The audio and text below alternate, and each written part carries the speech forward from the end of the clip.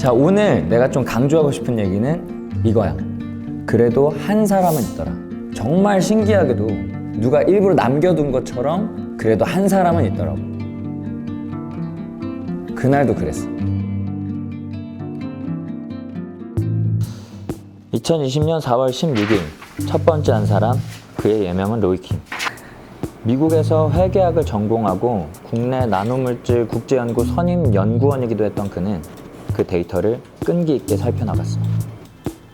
그건 중앙선관위에서 공개한 그 바로 전날 있었던 4.15 총선 결과였는데, 그렇게 결과를 공개한다 한들 우리는 쳐다도 안 보겠지만 그의 눈엔 메시지를 읽혔지.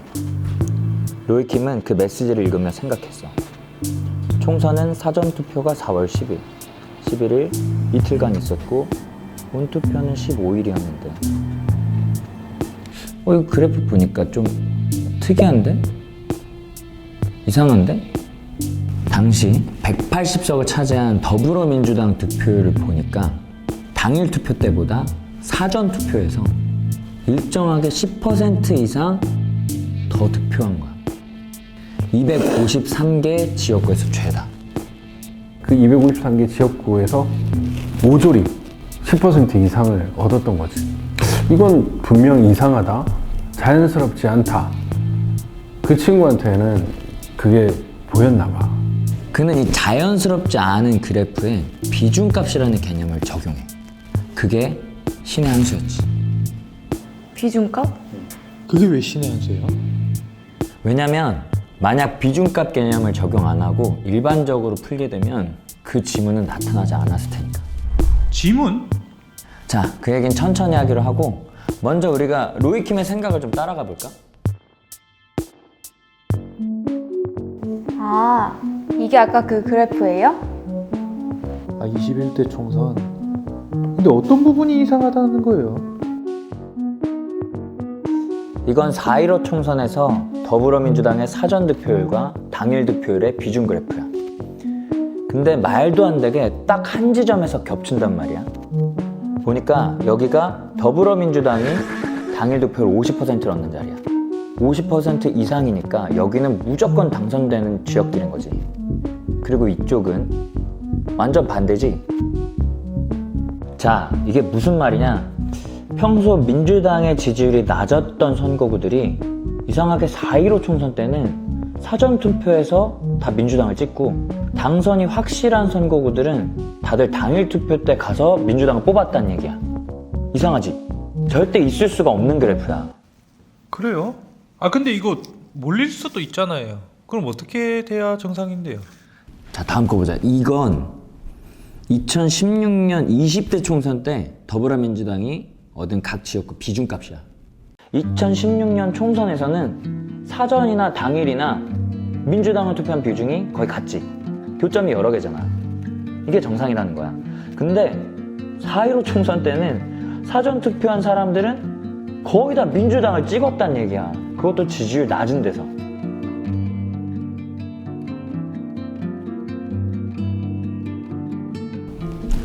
로이킴은 생각해. 어떻게 설계했길래 이런 그래프가 나오는 걸까? 누가? 왜? 그는 이 선거 결과 그래프를 보면서 역추적을 하기 시작했어. 분명 이 지지율 상위 그룹과 하위 그룹 사이에 어떤 관계가 있을 거야. 근데 너무 어려워요. 그래서 뭐 관계를 찾았어요. 무슨 관계래요? 찾았지. 관계 당연히 있지. 근데 그 두 그룹의 관계보다 더 놀라운 걸 발견해. 문자판이 나타난 거야. 추적하는 과정에서 문자가 나타났더라고. 마치 강바닥 깊숙이 앉아 있었던 미제 사건 단서가 갑자기 수면 위로 올라오듯이 총 16개의 소문자 알파벳으로 구성된 문자열이야. 무슨 내용이 들었어요? 근데 그거 누가 한 거예요? 아 이게 해킹 당한 건가? 아니, 해킹은 아니야. 해커라면 자기 흔적만 남기고 가는 게 목적이라면 선거 득표율을 인위적으로 제어해둔 그 시스템을 망쳐버렸겠지. 그러나 그 지문은 아주 세심하게 들키지 않게 의뢰인의 요구를 최대한 해치지 않게 조심하면서 입력돼 있었어. 그러니까 그건 이 선거 득표율 프로그램을 세팅한 설계자 혹은 그 설계팀의 흔적이었던 거야. 아무도 모르게? 왜요? 왜냐? 글쎄, 신념? 그러니까 나는 그쪽 감성은 잘 모르겠어. 근데 화가든 작가든 자기 작품에 낙관을 찍잖아. 근데 이 지문, 이 메시지는 그냥 한 개인이 잘난 척 같은 건 아니었던 것 같고 오히려 그 내용은 충성심 같은 그런 느낌? 충성심? 뭐라고 새겨져 있었는데요? 자, 문장을 가르쳐 주기 전에 우선 조금 어렵더라도 이걸 먼저 이해하고 넘어가야 돼. 아니 무슨 내용이 적혀 있냐고요. 문장보다 이걸 먼저 알아야 돼. 우리나라 선거구 몇 개인 줄 알아? 한 뭐 2, 300개 안 되나요? 정확하게는 253개야. 그리고 각 선거구에는 고유 번호가 붙어 있어. 1번은 서울시 종로구, 2번은 서울시 성북구 갑, 부산 영도구는 50번. 그리고 마지막 253번은 종로에서 제일 먼 제주 서귀포시. 이건 중앙선관위에서 각 지역구 데이터를 관리하기 쉽게 붙여둔 고유 번호야. 그럼 선거구는 총 253개. 프로그래머에게 숫자와 기호는 어떤 문학 작품이나 그림보다는 더 다양하고 무한하거든. 이 숫자를 조합해서 시스템을 제어하기도 하고 문자로 변환해서 문장을 도출하기도 하고. 2020년 민주당은 되게 특이하게 총선 역사상 처음으로 253개 지역구 전부 다 출마를 해. 사실 원래 선거 치를 때 당선될 확률 적은 데는 잘 출마 안 하거든. 선거하는데 돈 드니까 15% 이상 득표하면 선거비 냈던 거 돌려주는데 그 10%의 지지율을 못 받으면 한 푼도 못 받아. 국민의힘 사람들이 저 호남 지역에서 출마를 안 하는 것처럼 민주당도 자기 지역색이 약한 곳은 출마를 안 하는 게 일반적이었거든. 그러니까 진짜 자신 있지 않으면 안 한다는 거야. 그쵸. 그런데 민주당은 그해 자신이 있었는지 253개 선거구에 전부 다 출마해. 전부 다요? 싹 다. 그리고 252개 지역에서 모두 15% 이상을 득표를 해. 한 군데 빼고 전부 다요? 그치. 한 군데 빼고 전부 다 돈 돌려받은 거야. 헐. 근데 그 하나는 어디예요? 경주.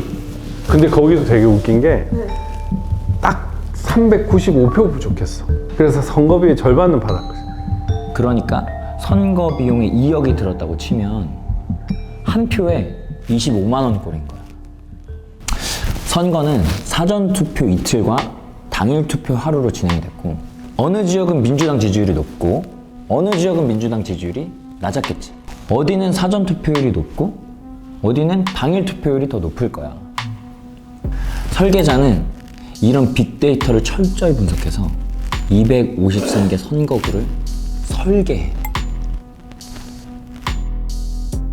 어느 선거구에 표를 얼마나 더 얹어야 이길 수 있는지, 또 어떻게 배분을 해야 조작한 티가 덜 날지 미리 철저히 계산을 하는 거지. 게다가 이 설계자는 여기에 넣고 싶었던 문장이 있었어. 그 지문. 더 디테일한 과정이 필요했던 거지. 문장 넣다가 망하면 안 되니까. 그래서 굳이 2단계나 더 거쳐서 지문을 새겨 넣은 거야. 그런데 로이킴이라는 어느 청년이 이거 좀 이상한데? 하고 역추적해 가다가 그 설계자의 지문을 발견한 거야. 발견한 문장이 그 16자가 바로 로이킴이 발표한 그 문장은 Follow the Party였어. 팔로우 더 파티? Follow the Party. 당을 따르라. 영메이컨 땅쪽. 영원히 당을 따르라. 이 뜻이야. 당이요? 공산당 보호야.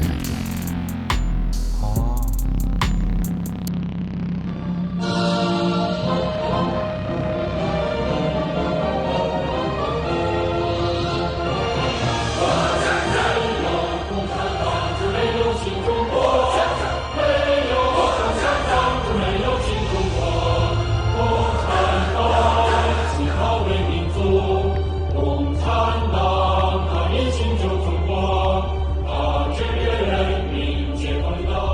유명한 구호인데 최근에 시진핑이 특히 강조를 했어. 정책적으로. 지난번에도 말했지만 시진핑은 지금 굉장한 꿈을 꾸고 있거든. 아, 맞아요. 그 전 세계 운명 공동체. 그러면 중국 쪽 해커 아니면 프로그래머? 그렇게 볼 수 있는 가능성이 높다라는 거지. 자, 그러니 로이킴은 단지 그냥 이 아름답지 못한 그래프 때문에 파고들었던 건데 난데없이 이런 문자열이 나타나니까 얼마나 놀랐겠어. 심장이 얼마나 벌렁거렸겠어. 아, 이건 인위적이다. 이번 총선에 표 조작이 있었다. 로이킴은 고민하다가 이 자료를 민경욱 의원한테 넘겨. 그때 유일하게 부정선거를 외치고 다니는 국회의원이었거든. 민 의원은 이 팔로우 더 파티 이걸 증거로 이번 총선은 무효다, 조작이 있었다 라고 주장했어. 근데 이분이 이런 거 기술자는 아니잖아.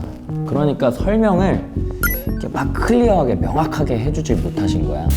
그러니까 이게 오히려 강력한 증거인데 조롱거리가 됐어. 아이고. 이런 거지 사람들이. 뭐 본인도 모르는 얘기를 하고 있어.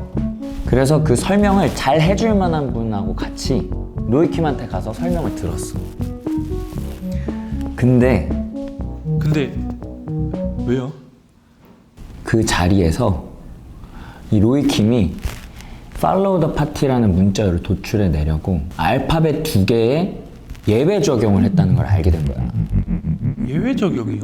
로이킴이 이 팔로우 더 파티라는 문자를 얻기 위해서 자기의 수식에 살짝 손을 댄 거지. 그 사실이 알려졌고 그 하태경이라는 국회의원이 있어. 그 사람이 기자회견을 열어가지고 맹비난을 해. 괴담 세력이라는 겁니다. 괴담 세력. 이게 증거입니다, 사실. 이걸 들어보니까 중국 해커가 해킹을 했다는 직접적 증거가 하나도 없어요. 하나도 없고 이 내용은 로이킴이라는 사람이 팔로우 더 파티라는 걸 창조한 겁니다. 조작한 겁니다. 팔로우 더 파티 하나만 나오는 게 아니다. 그래서 저도 봤어요. 팔로우 더까지 그대로 두더라도 팔로우 더 고스트 나와요. 팔로우 더 고스트.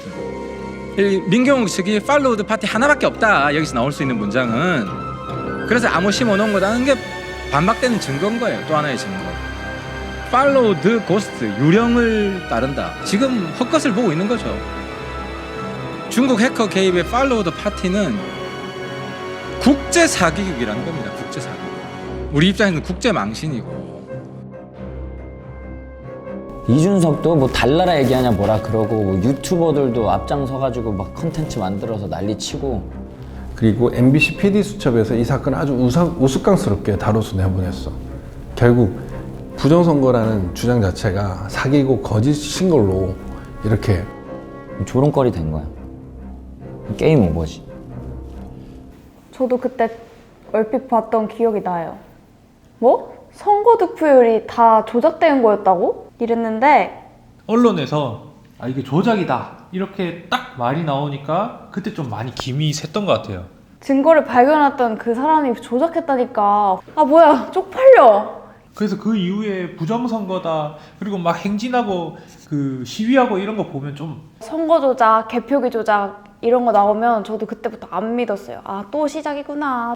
또 저래? 약간 이런 식? 그치, 그럴 수 있지. 근데 그때 로이킴이 찾아낸 문자열을 내가 보여줄게.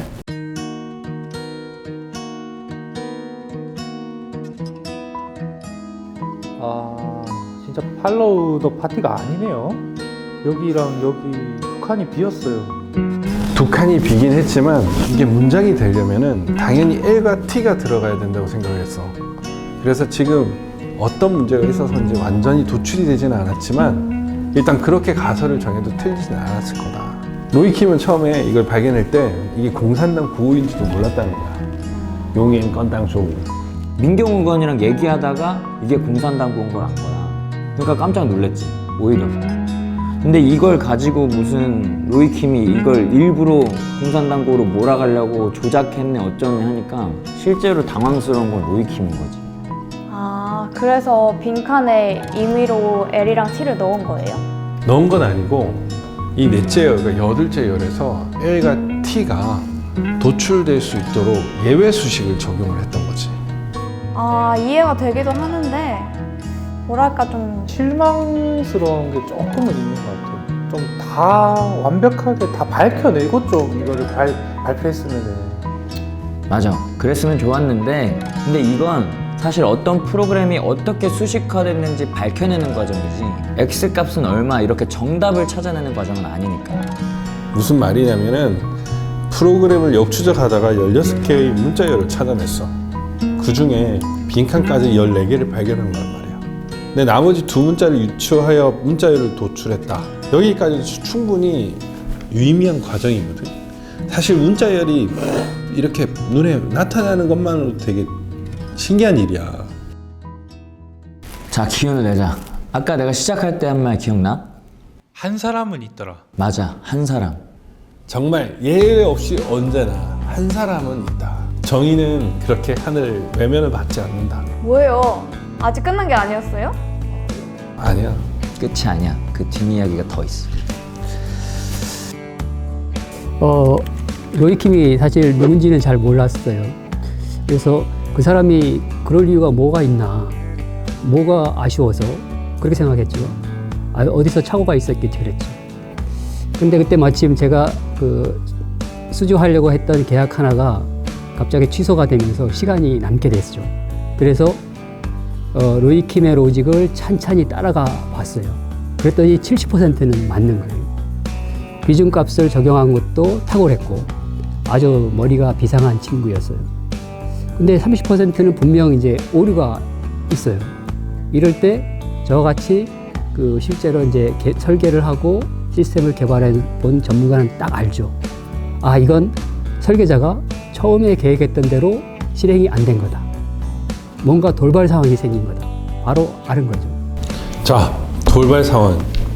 이렇게 꼼꼼히 여러 단계 최적화 과정까지 거쳐가면서 설계를 했는데 설계자가 미처 생각지도 못했던 그 돌발 상황은 대체 뭐였을까? 그것만 찾아내면 이 문자열을 완성할 수 있다. 장용호 프로그램은 그렇게 생각했던 거예요. 그래서 결국 찾았어요? 뭐 찾았으니까 지금 얘기해 주시는 거겠죠? 아닌가? 2020년 4월 15일 총선 당일 충남 부여군 옥산면 개표소.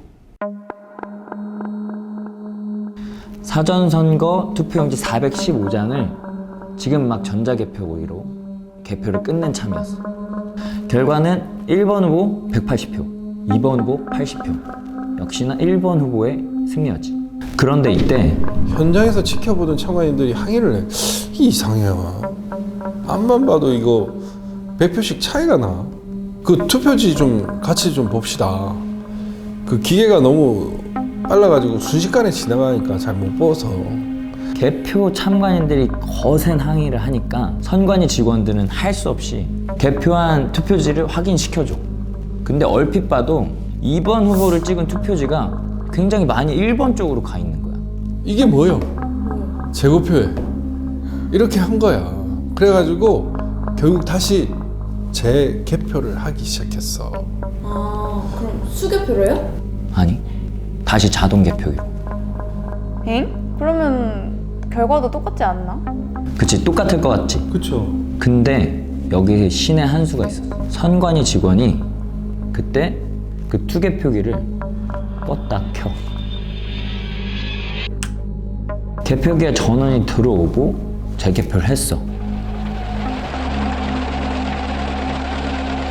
어떻게 됐을까? 아까 1번 후보가 몇 표라 그랬지? 1번이 180표, 2번이 80표, 둘이 총 100표 차이. 그런데 재개표 결과 1번 159표, 2번 170표. 2번 후보 승리했던 거지. 개표기가 그렇게나 정확하다고 했던 개표기가 잘못 분류한 표가 90장이나 있었던 거야. 말이 돼? 말이 안 되잖아. 그게 진짜 말이 돼요? 이거다. 이거다. 장용호 씨가 이 뉴스를 보고 무릎을 쳤어. 아, 이 사건을 로이킴이 몰랐을 수 있겠다. 로이킴이 팔로우 더 파티를 도출해냈던 시점엔 부여 뉴스가 보도되지 않았던 때였어요. 뉴스가 한 달 후에나 나왔거든요. 그러니까 로이킴이 그냥 선거 결과대로 적용했을 거고, 그래서 설계자가 설정한 문자들이 다 도출되지 않았구나. 그럴 수도 있겠다. 그렇게 생각을 한 거죠. 아 그러니까 로이킴은 부여 사건을 모르니까 민주당이 진 걸로 결과 배치를 해서 재개표하기 전 득표수를 적용한 것이 아니라 실제 결과를 적용했을 것이다. 그냥 발표된 대로 159, 170 이걸 한 거야. 그러면 원래대로 민주당이 이기기로 계획했던 대로 설계자가 계획했던 대로 돌리면 팔로우더 파티가 나올 수도 있겠다 생각을 한 거지. 되게 소름 돋네요, 이거. 그게 설계자가 몰랐던 돌발 상황이었던 거네요. 맞아.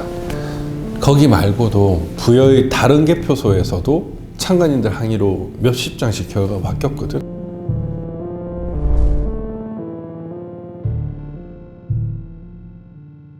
그래서 공주부여 청양 재개표하기 전에 득표수를 적용해서 로이킴과 함께 다시 정리를 해봤죠. 그랬더니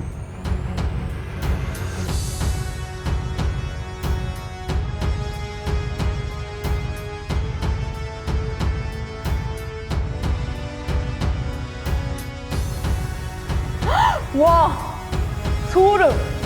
드디어 나타났어요. 맞아요. 팔로우 더 파티. 그러니까 아까 비었던 두 칸의 L이랑 T 둘 다 나타났네요. 근데 그거밖에 없어? 이거 더 앞뒤로 여기 그냥 빈칸이었잖아요. 맞아.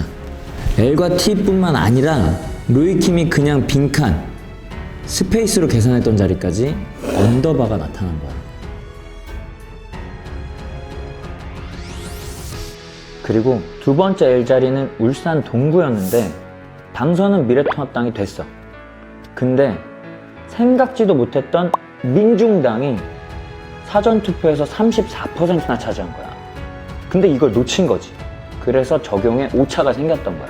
장영우 씨가 이 오차를 잡아서 적용을 한 거지. 로이킴이 그 문장을 나오게 하려고 억지로 조작했다, 사기쳤다, 오해를 많이 받았어요. 설계자가 처음 실행한 득표율을 적용을 하니까 그제서야 그 문장이 제대로 나오는 거죠. Follow the party. 저도 속이 너무 후련했어요. 제가 로이킴을 자유롭게 해줬죠. 와, 진짜 속이 다 시원하네요. 근데 사람들이 이것까진 잘 모르는 것 같아요. 다시 증명했던 거. 지금의 이야기는 뒷이야기니까 이 이야기 다 잘 모르는 거잖아요. 근데 이거 다 조작이다, 거짓말이다 이렇게 계속 선동됐고 뉴스 나고 이랬는데 다 거짓말이라고 했었는데 지금 뭐래요? 글쎄, 무관심? 무대응? 근데 내 생각엔 이게 밝혀지면 자기들이 끝장날까봐 그런 거 아닐까 싶어. 진 거니까. 부정선거 맞다고 했던 사람들한테 지는 꼴이 되니까 그러는 건가? 뭐 중국이 무서워서 이걸 계속 덮고 있는 건가? 사람들은 금방 있잖아. 언론도 계속 죽여버렸고 그냥 부정선거 관련 음모론이었다, 가짜 뉴스랜다 이렇게 치부를 했지.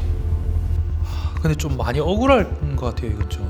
억울하지. 가짜뉴스다, 뭐다, 음모론이다 이렇게 얘기해버리고 다 잊어버렸는데. 그럼 다시 알려야죠, 이거. 맞아. 우리가 또 그런 건 있잖아.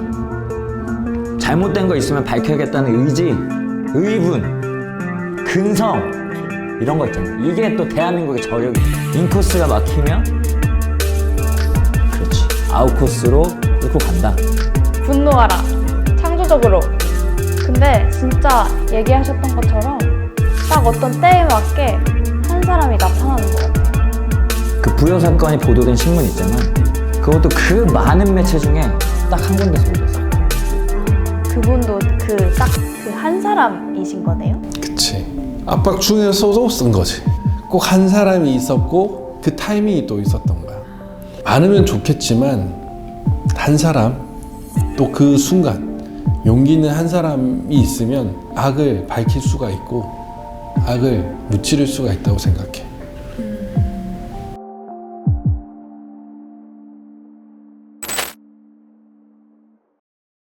자, 그 한 사람 내가 하나 더 얘기해 줄게.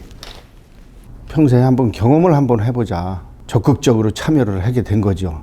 구리시 투개표 현장이라 그래야 되나? 사전 투표, 본 투표, 투표하고 나면은 나머지 과정을 어떻게 또 전달을 되는 과정인가 이것까지 해서 투표 마감하면 옮기는 게 있잖아요. 선거에 할 수 있는 거는 다 참석하게 된 거지, 지원해가지고.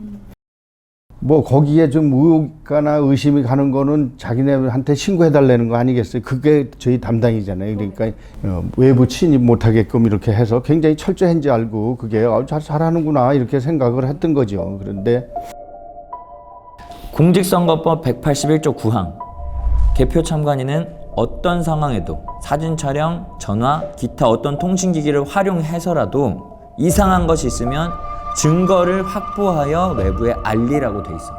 촬영권은 보장되어 있거든. 그 이종원이라는 분도 그렇게 교육을 받았지. 뭐 성실한 분이셨던 것 같아. 배운 대로, 곧대로 성실한 대한민국 국민. 투표 마감인 6시. 구리시 53개 투표소에서 마감된 것들이 막 들어오기 시작해. 근데 신기한 게 알 수 없는 것, 커다란 검은 가방들이 저 체력 단련실로 간 거야.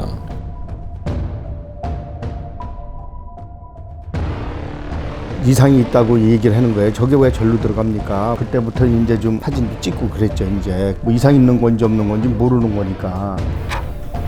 4월 15일 21시경 구리시 인창동에 투표함 개표를 하려던 참이었어. 이제 와르르 투표지를 쏟는데 쏟아서 하는데 딱 보는데 색깔이 틀리는 거예요. 같은 투표지인데 색깔이 틀린 게 보이는 거야. 색깔이 벌써 연두색하고 흰색하고 환연히 틀리는 게 막 나온 거야. 그래서 이종원 씨는 거기 개표자들한테 말해. 아니, 투표지 색깔이 좀 다르잖아요. 이거 이상이 있으니까 중지하세요. 개표 분류기는 너무 빠르고 개표는 그만 뭐 진행이 돼버려. 이종원 씨는 이걸 멈춰야 될 것 같다. 이거 이상하다. 애가 달았던 거야.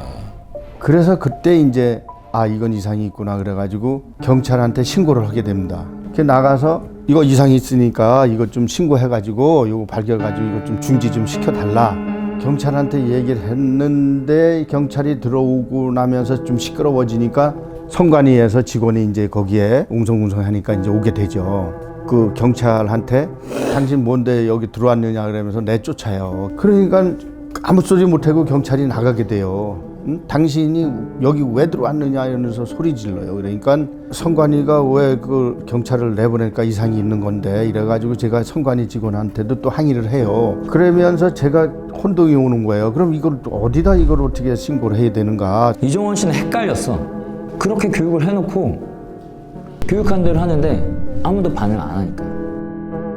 민중의 지팡이로 모든 것을 다 해결해 주는 걸로 이렇게 생각했는데 그게 아니었으니까 돌면서 자꾸 머리가 이제 복잡해지는 거예요. 이거 어떻게 할까 고민을 하는 차에 이제 머리가 복잡해진 이종원 씨는 개표소에서 이리저리 방황해. 지금 분명히 문제가 있는데 그냥 두면 안 되는데 이거 멈춰야 되는데 근데 정작 그의 소리에 반응한 건 힘이 있고 발휘해야 되는 사람들이 아니라 경찰도 선관 직원도 아니었어.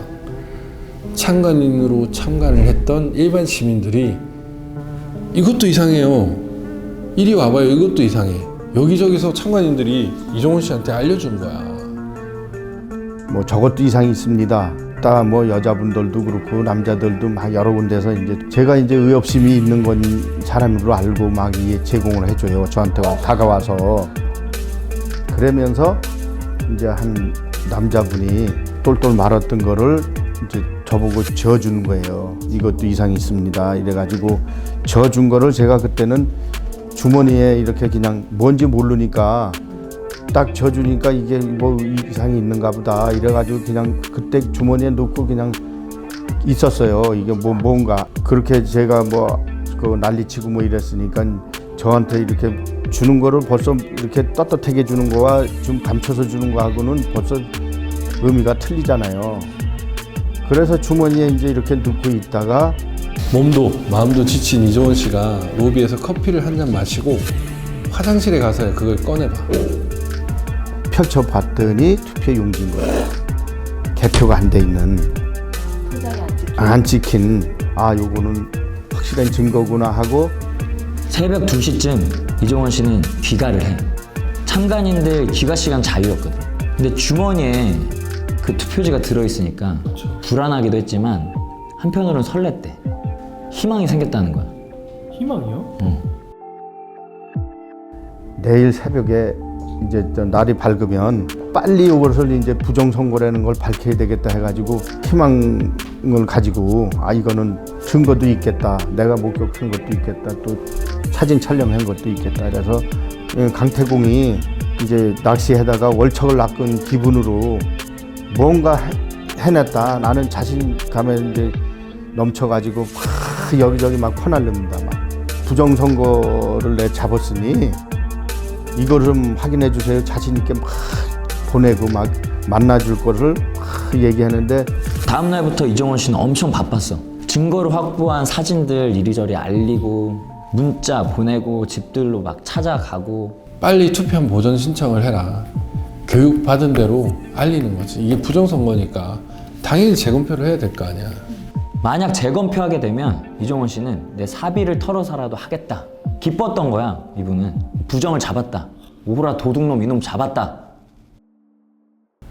근데 아무도 대답을 안 했어. 개표소 안에서처럼 거기에 대해서 아무도 소리를 안 들어줬던 거야. 그때 유일하게 반응한 사람이 민경욱 의원이었어. 아까도 많이 얘기했지? 민경욱 의원에게 현장에서 받은 빈 투표 용지 6장을 전해. 행력 구겨질까봐 상자에 잘 넣어가지고 이게 증거입니다. 투표함을 쏟았는데 빈 투표지들이 나오다니요. 근데 그게 그분의 인생을 완전 바꿔놔. 절도다 이라는 거지. 절도. 도둑놈들은 니네가 도둑놈들 아니냐. 떳떳하게 제가 이제 할 수 있는 허락을 한 대로 시킨 대로 매뉴얼대로 한 거지 다른 건 없어. 도둑놈을 잡으세요 해가지고 신고를 했더니 네가 도둑놈이다 이래가지고 이제 엮어놓은 거거든요. 이게 조작과 누명을 씌워서. 이종원 씨는 절도죄로 검찰에 불려다니고 이종원 씨 주변 지인들도 다 압수수색을 당해. 뭐예요? 말도 안 돼. 그때 참고인으로 민경욱 의원도 압수수색을 당해.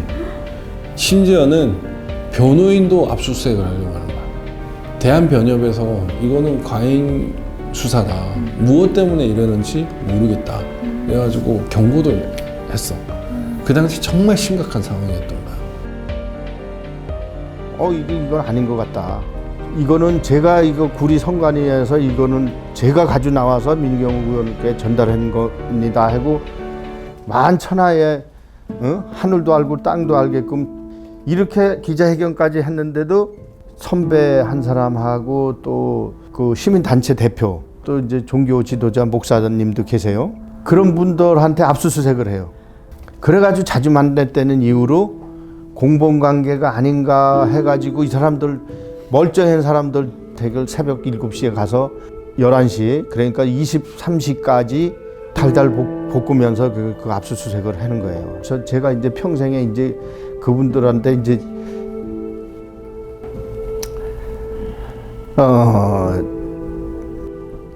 그러니까 말하자면은 거품을 만드는 거품을 제가 복받쳐서 이러는 거지.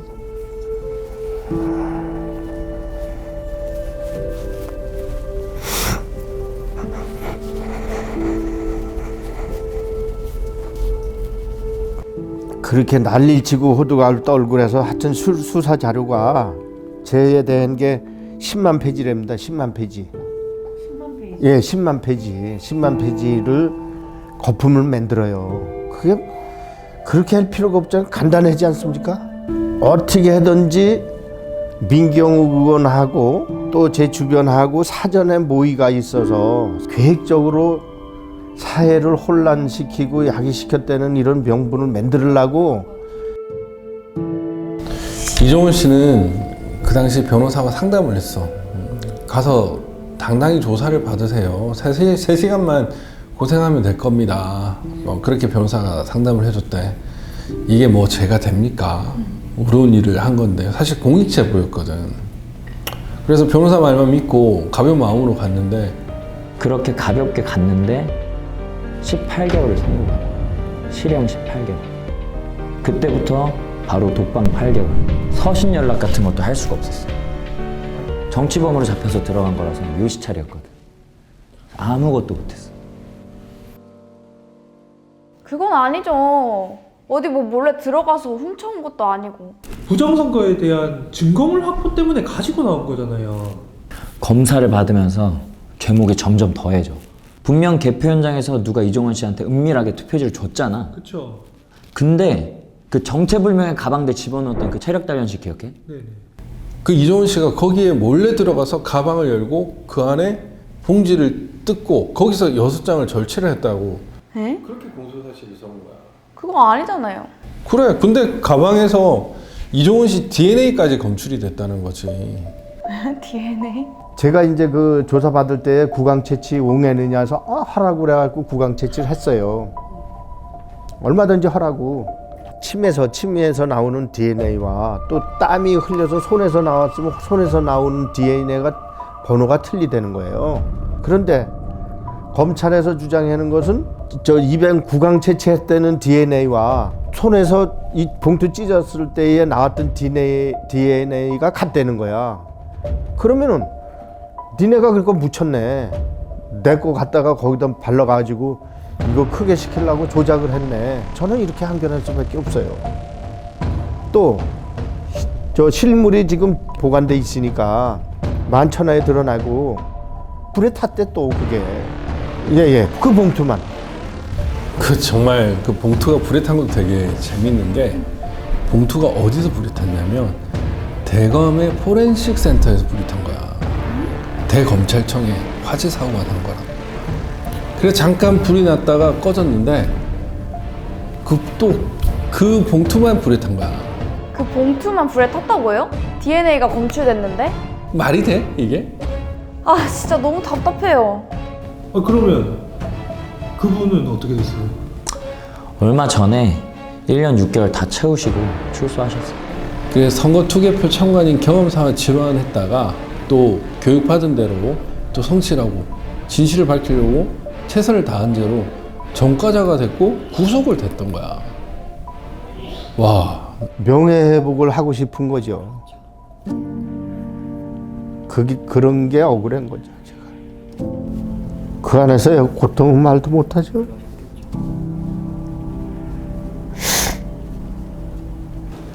그분 뵈니까 내가 막 죄송하고 내가 막 화가 나더라고.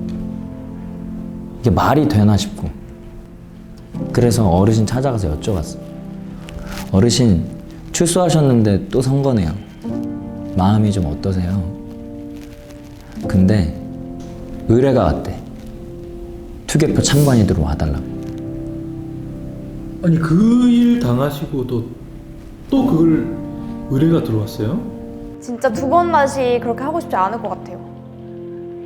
요번에 투개표 참관인에 추천해서 올릴 테니 좀 맡아달라. 그래서 아유 저야 환영을 하죠. 진짜요? 예, 그 연락이 왔어요 저한테.